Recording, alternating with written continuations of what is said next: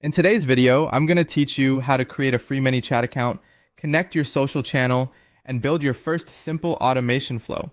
We'll keep this beginner friendly and straightforward, so if you've never used ManyChat before, you'll still be able to follow along comfortably. The goal here is to get your first interaction path up and running so you can understand the basic workflow from setup to publishing.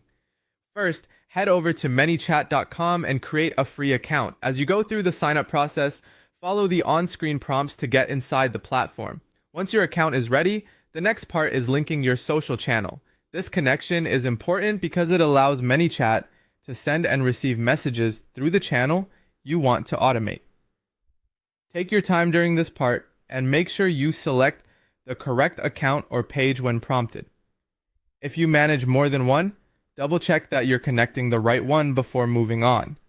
Once your account is connected, go into the main dashboard and look for the automation section.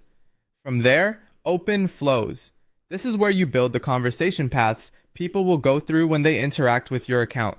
Think of a flow as a guided message sequence that helps you respond automatically in a consistent and organized way. Now it's time to build your first interaction. Inside flows, start a new flow and add a trigger. A trigger is what tells the automation when to begin. For this example, use something simple, like when a user sends a message. That means as soon as someone reaches out, the flow can start automatically. After adding the trigger, insert a message node. This is the actual message your audience will receive. Keep your first message clear and useful. A simple greeting or welcome response is perfect for a first test. The point here is to confirm that the automation starts correctly and delivers the message the way you expect. Before making anything live, use the preview button to test the flow. This step is very important because it helps you catch mistakes, confirm the trigger is working, and see the user experience from start to finish. Read through the message carefully and make sure everything feels natural. Once the test looks good, go ahead and click Publish.